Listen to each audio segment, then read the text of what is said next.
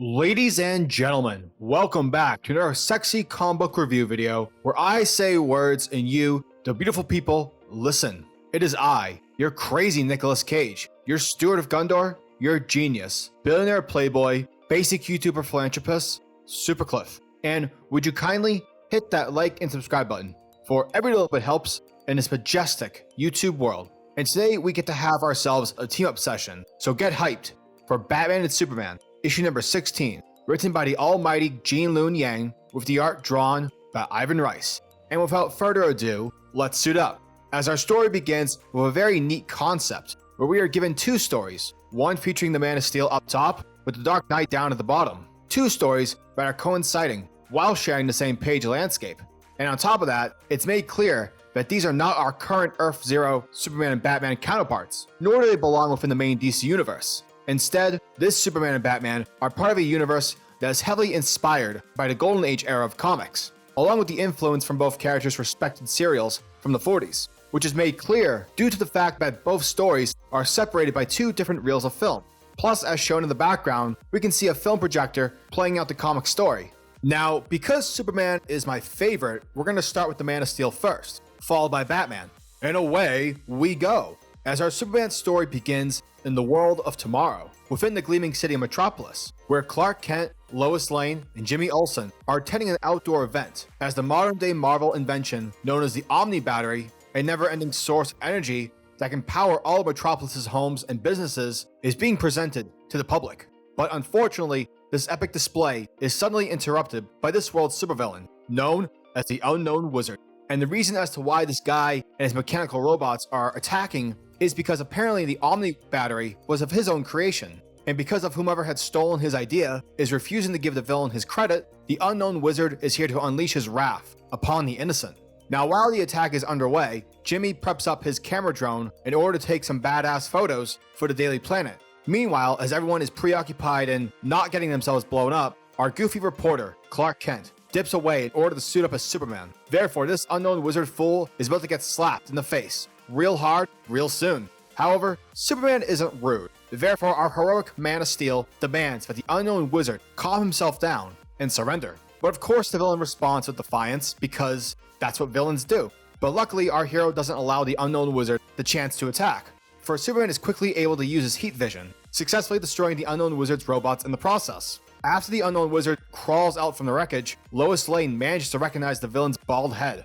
And bada bing, bada boom, the Unknown Wizard is revealed to be the one and only Lex Luthor. Lex Luthor explains that the charlatan from Gotham City steals his ideas, and that it wasn't just the Omni Battery, for it's as if this she somehow has access to Luthor's notebooks. So in a last-ditch effort, Lex attempts another attack against the Man of Steel, with what's left of his robots. But in superheroic fashion, Superman easily destroys the remaining robots. And it's here where Superman is shown to be not as polite in telling Lex to surrender. And alas, an intimidated Lex Luthor surrenders. Once the coast is clear and the cops show up to arrest Luthor, Superman lands next to Lois and Jimmy. It's here where the three are then greeted by Dr. Martha Wayne, who thanks Superman for defending the Wayne Enterprises Omni Battery. Bruce Wayne pops up as well. However, the big difference is that this isn't your typical Bruce Wayne. Rather, this is a Bruce who isn't Batman, a Bruce who hasn't received amazing ninja training whatsoever. And rather than being a cool, calm, collected individual, this Bruce is portrayed as a scaredy cat, basically a mama's boy. Lois proceeds to then ask Martha Wayne for a comment regarding the accusations Luthor just made against her, as to whether or not she did in fact steal his idea from the Omni Battery, among other innovations as well.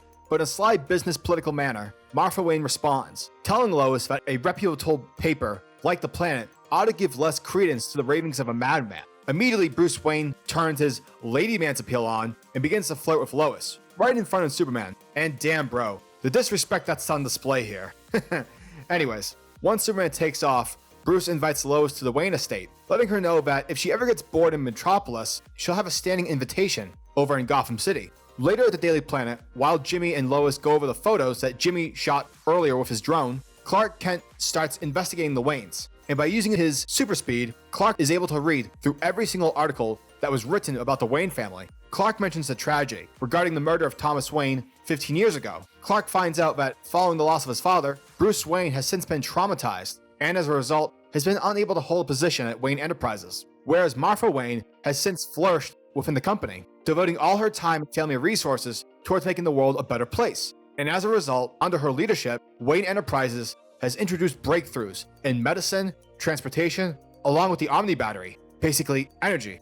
Now, Lois, being the ace reporter that she is convinced that everything is not what it seems, as she reminds both Jimmy and Clark about the claim Lex Luthor accused Martha Wayne of earlier. Suddenly, Lois Lane gets a call from Bruce Wayne regarding that classy standing invitation. Now, typically Lois would say no to a man like Bruce Wayne, but because Lois can smell a story, she's going to use this invitation to her advantage. Later, Lois Lane, along with Jimmy and Clark, arrive at Wayne Manor, and while everyone is being situated, Lois sneaks off and begins to investigate the manor. Eventually, after using Jimmy's drone, Lois is able to discover that there is a network of caverns underneath the Wayne estate, and while Lois continues to prowl around, she finds a giant hole, or a tunnel of sort, located within the cavern. Lois is then soon met by the arrival of Alfred, but Alfred seems to be a bit off. Real talk, Alfred is definitely projecting some real creepy vibes. However, before anything bad can happen, Superman busts through to protect Lois, but in response, Alfred clicks a button on his belt, and immediately, Alfred is powered up by Venom, the same substance which powers up Bane. Now, because of this confrontation, Lois is knocked off, and is shown falling through the black hole. But wait, there's more, because now we begin our Batman story. In the world of the night, we're on the outskirts of Gotham City at the Nightmarish Hospital of Arkham Asylum. We see your average cafeteria service truck pulling up to the front gate to make its exit. The woman driving politely asks the guard to buzz her out, but just as the guard is about to do it, the woman's passenger starts giggling. And oh man, it's the Joker, along with Penguin and a guy named Jones. Now, is this Waylon Jones before his Killer Croc days, or is this just a dude named Jones? Because if that's the case, that's really, really random. I digress. And zap. Seeing that their cover's blown, the woman who's revealed to be Spider Lady electrocutes the guard to death. But wait just a minute, villains of the deep, because Batman and his trusty sidekick, Robin, are in hot pursuit, and hot diggity dog, is this a chase for the ages to come? After many twists, turns, and many other forms of illegal driving, the dynamic duo are able to prevent the villains from escaping. Now, before the cops pull up, Batman and the Spider Lady have themselves a chat, which is basically a scene that provides us with some exposition between these two characters. And here Batman refers to the woman as the Spider Lady, Queen of Metropolis's underground. And once Batman asks as to why she's here in Gotham City, the Spider Lady brings up an event that occurred 2 years ago within this world, where apparently something had happened to the Daily Planet building. And whatever this incident was, it's somehow connected to Arkham Asylum. Plus, according to Spider Lady, the staff at Arkham are doing horrific things to the inmates, and that behind it all is a secret society, and among its members is the Arkham Warden. But before the Spider Lady can continue, the cops show up to apprehend the criminals. Afterwards, once our heroes arrive back at Arkham Asylum, as a means to make sure that the prisoners are returned properly back into their cells. However, the cops inform our heroes upon their arrival that apparently Spider Lady escaped during their ride over here. Seeing that something fishy is in play, revolving the Spider Lady and her quote, escape, Batman decides to check in with the Warden. Once our heroes enter the Warden's office, they come across various strange items displayed all throughout, including a strange ship with a skeleton baby inside, along with an S symbol, which is displayed on the spacecraft. Suddenly, the Warden appears, and here this mysterious man informs our heroes that the spacecraft was a gift from a generous benefactor, and that he treats it as a prized possession, for he is utterly captivated with the strange. However, before the Warden can finish his monologue, by using theatricality and deception, Batman and Robin make their escape. Meanwhile, deep in the bowels of Arkham Asylum, our captured inmates are complaining due to their failed escape attempt. But Jones mentions that they should just be grateful that they're in cell block A, unlike their twins, who are in cell block B. And here we quickly pan away from cell block A over to cell block B, where we see another Penguin, Joker, and Jones being tortured as their blood and skin begins to burn and boil. Ugh.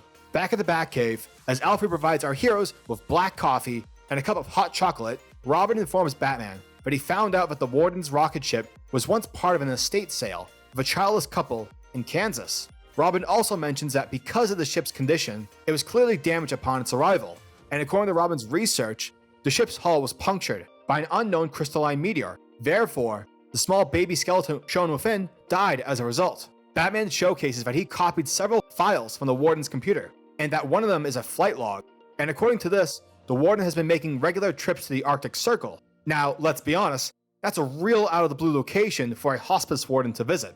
Therefore, our heroes decide that they should investigate. Later, as both Batman and Robin come up towards the Arctic Circle via Batwing, A villainous individual within the fortress observes our hero's arrival, and here this villain orders that their bodies be buried in the snow. And so following Batman and Robin's arrival, they are immediately met with aggression as a squad of guards begins opening fire. However, because Batman and Robin are dope, they're able to easily defeat the fortress's guards with ease. But before Batman and Robin can continue, a strange portal opens in front of them. And here Lois Lane, who fell through a black hole earlier, lands right in front of our duo. And upon Lois speaking, Batman is shocked, as he mentions that this woman is the Spider Lady. But wait, there's more story, folks. Because following our Batman story, we pick up with our main Superman and Batman from the main DC universe, who are currently investigating one of Bruce's Wayne Tech satellites, which is shown to be covered in old rolls of film. Suddenly, our heroes are then met with the arrival of overly religious film aliens, whom are shown wearing helmets that possess film projectors. And here, one of these aliens declares that Superman and Batman's trespassing upon the Archive of Worlds is an act of sacrilege. Therefore, as a response, the two heroes are to be annihilated.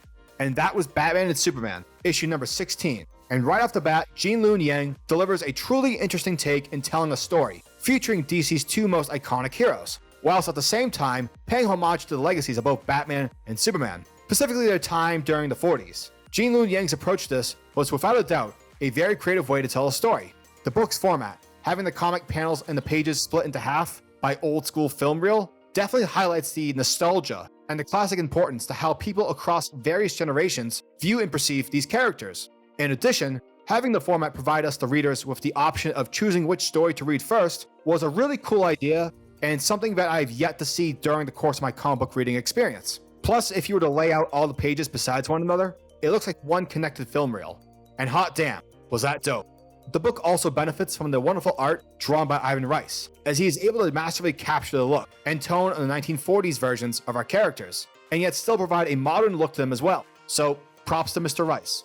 Now, in truth, I would have actually preferred if this was just the book style, rather than being a Batman and a Superman from not just one, but two different 1940s inspired worlds. However, despite my preference, in the end, the story is still intriguing. Therefore, I'm curious as to where Gene Luen Yang will take this. Clearly, Yang has an infinity and a deep respect for these two characters and their histories, so I can only anticipate greatness to come. So yeah, if you're down for a fascinating, uniquely creative telling of a Batman and Superman story with amazing art, then this book is definitely for you. Ladies and gentlemen, Batman and Superman, issue number 16, gets an 8.5 out of 10. Giggity goo.